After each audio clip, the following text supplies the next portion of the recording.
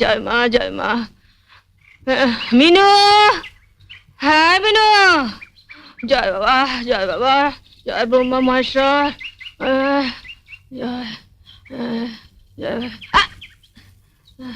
জয় দুর্গা লক্ষ্মী সরস্বতী, জয় জয় ভগবান দেবতা। আমায় ডাকছো? দেবতা তুমি কি গো, সকালে উঠে একটু ঠাকুর দেবতার নাম করছি, তুমি আমার ঝাঁটা দেখালে? উঠুন ঝাড় দিচ্ছিলাম, তো হাতে ঝাঁটা থাকবে না তো কি রজনীগন্ধা স্টিক থাকবে? আচ্ছা হলো তো, এখন বলো কি বলবে। শুনলে তোমার বোনের কথা শুনলে?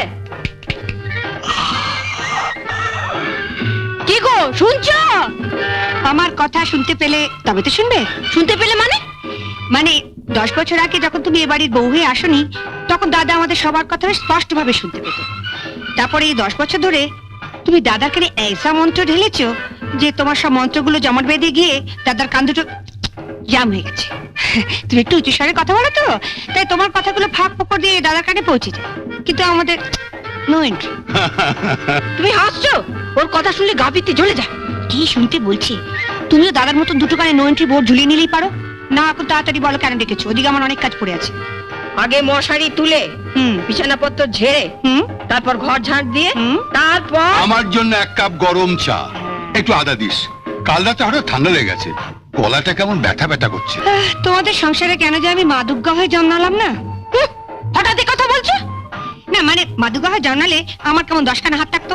একখানা হাতে তোমার মশারি তুলতাম, আরেকখানা হাতে তোমার বিছানার চাদর পাল্টে দিতাম, আরেকখানা হাতে ঝাড় দিতাম, আরেকখানা হাতে মানে আদা আদা থ্যাতলাতাম। শুনলে না দাদা বললো আদা দিয়ে চা করে নিয়ে। আদাটা আগে না থ্যাতলালে চাটা করবো কি করে? যাই এক এক করে কাজগুলো সারি, ওদিকে আমার এক দাদা কাজ পড়ে আছে। তো আগে থ্যাতলাবো না ঝাঁটাবো? ঝাঁটাবে মানে? মানে আগে উঠোতে ঝাঁট দিয়ে দেবো না দাদার জন্য আদা থ্যাতলে চা করে আনবো? তোমার যা ইচ্ছে তাই করো, মেয়ে হয়েছে একখানা। আগে বরঞ্চ ঝাঁটাই। তুমি আমার উপর যা রেগে আছো, সব কাজ ফেলে দাদার জন্য আদা থেতলে চা করে আনলে তুমি আমার ভালো মানুষ দাদাটাকেই থেতলে দেবে। এখন তো হ্যাঁ হ্যাঁ করে হাসছো, বিয়ে দেবার সময় বুঝবে পাত্র চুটলে হয়।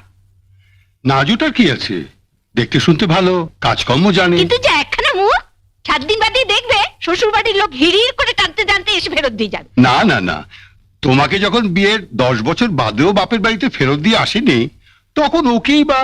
কি বললে?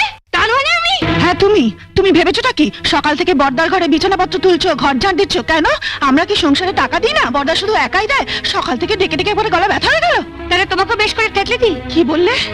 আমায় থেতলে দেবে? আহ তোমাদের সবারই এক দোষ। কথাটা শেষ করতে দেবে তো? বর্দার ঠান্ডা লেগে গলা ব্যথা হয়েছে, তাই আদা থেতলে চা করে দেবো। আর তুমি বলে না যে আমার জন্য চেঁচিয়ে চেঁচিয়ে গলা ব্যথা হয়েছে, তোমাকে একটু থেতলে কাকামাচা পরে হলেও চলবে।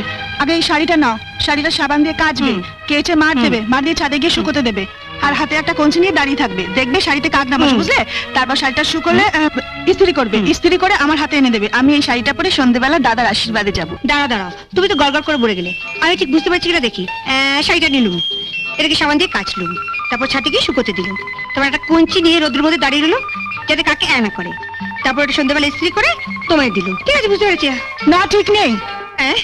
ঠিক নেই? কাঁচার পর মারটাকে দেবে? মারের কথা তো তুমি ভুলে গেলে। কি যে বলো বৌদি, মারের কথা আমি বলে যাব? মারটা কখন কিভাবে দিতে হয় সেটা আমার ঠিক মনে আছে। আমি ঠিক সময় মতো দিয়ে দেবো, আর এমন মোলায়েম ভাবে দেবো না বৌদি, তুমি টেরও পাবে না। কি বললে? আবার শুনছো? আমার চাটা কখন দিবে? এই মরেছি। আগে চাটা দেবো না মাটা দেবো সেটা বৌদির সঙ্গে কথা বলে জানিয়ে দিও, সেই মতো দেবো। ওসব শাড়ি ফাড়ি এখন ফেলে রাখো তো দেখি। তোমার মেজবদির তো খেয়ে দিয়ে কাজ নেই। সাত সকালে কোথায় ঠাকুরদেবদের নাম করবে তা না, সাজগোজ নিয়ে বসে। তাও যদি জানতাম সাজলে একটু ভালো দেখ। এই ছোট বৌদি, এটা কিন্তু তোমার আগের কথা। পাড়ার সব মেয়ে বউরা আমায় বলেছে যে আমার 3 বৌদির মধ্যে মেজ বৌদি সবচেয়ে সুন্দর। সুন্দরী সাত সকালে আমার আর মুখ চুটিয়ে না। ঘুম থেকে উঠে মুখে একাদা রং মেখে রাখলে সবাইকেই আমার সুন্দর দেখায়। না না না, ফকুনের দুধ গরম করতে যাও। ঘুম থেকে উঠেও দুধ না পেলে আবার কান্নাকাটি শুরু করবে। তা না এনে দিচ্ছি, কিন্তু তুমি একটু বোকা আছো। বোকা কেন? তুমি আমার বোকামি কি দেখলে? বোকামি মানে এই দেখো, সকালবেলা ঘুম থেকে উঠে তুমিও কোনো কাজ করো না, মেজু বৌদিও কোনো কাজ করে না, অথচ মেজু বৌদি সময়টা কেমন কাজে লাগিয়ে দেয়। কাজ কাজ মানে তো মুখে রং ভাষা। ওখানেই তো তুমি ভুল করো ছোট বৌদি। মেজবদি সকালবেলা ঘুম থেকে উঠে থোড়াই মুখে রং লাগায়, মাখে অন্য জিনিস। অন্য জিনিস? তবে আর বলছি কি, তুমি আবার কাউকে বলবে না বলো? মেজবদি আমাকে বারণ করে দিয়েছে, আমি যেন ছোট বৌদি আর বড় বৌদিকে কিচ্ছু না বলি। না না, বলবো না, তুমি বলো। ঠিক তো? মেজবদি গালে কি মাখে জানো? কি মাখে? দাঁড়াও, দরজাটা বন্ধ করে আসি।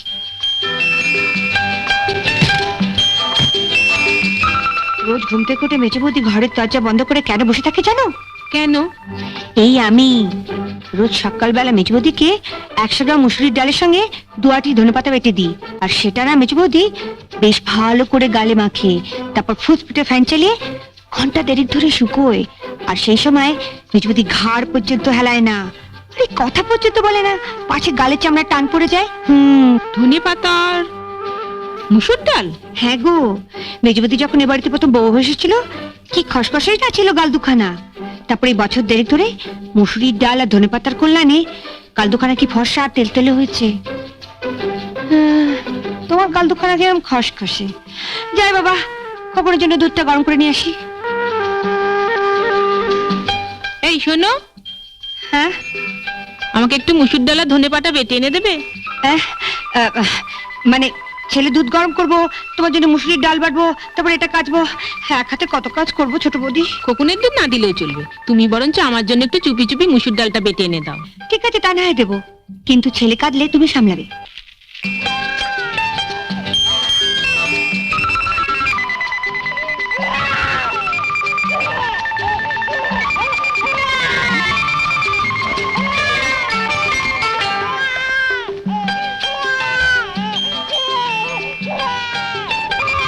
সাত সকালে গালে সব কি ঘষছো? বলছি খোকন যে কাঁদছে শুনতে পাচ্ছ না? আরে কি বলতে চাইছো তুমি? কি সর্বনাশ, কথা বলতে পারছো না? কাল রাতে তো বেশ কথা বলতে পারছিলে। কি হলো আবার? বস বস দেখি। কোথায় অসুবিধা হচ্ছে? ডাক্তার ডাকবো?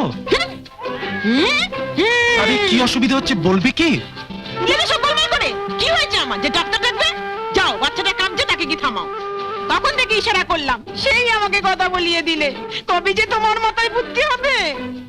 আমাকে আবার নতুন করে শুরু করতে হবে। কি শুরু করবে? দেখছো না কি করছে? দেখছি তো সেই তখন থেকে।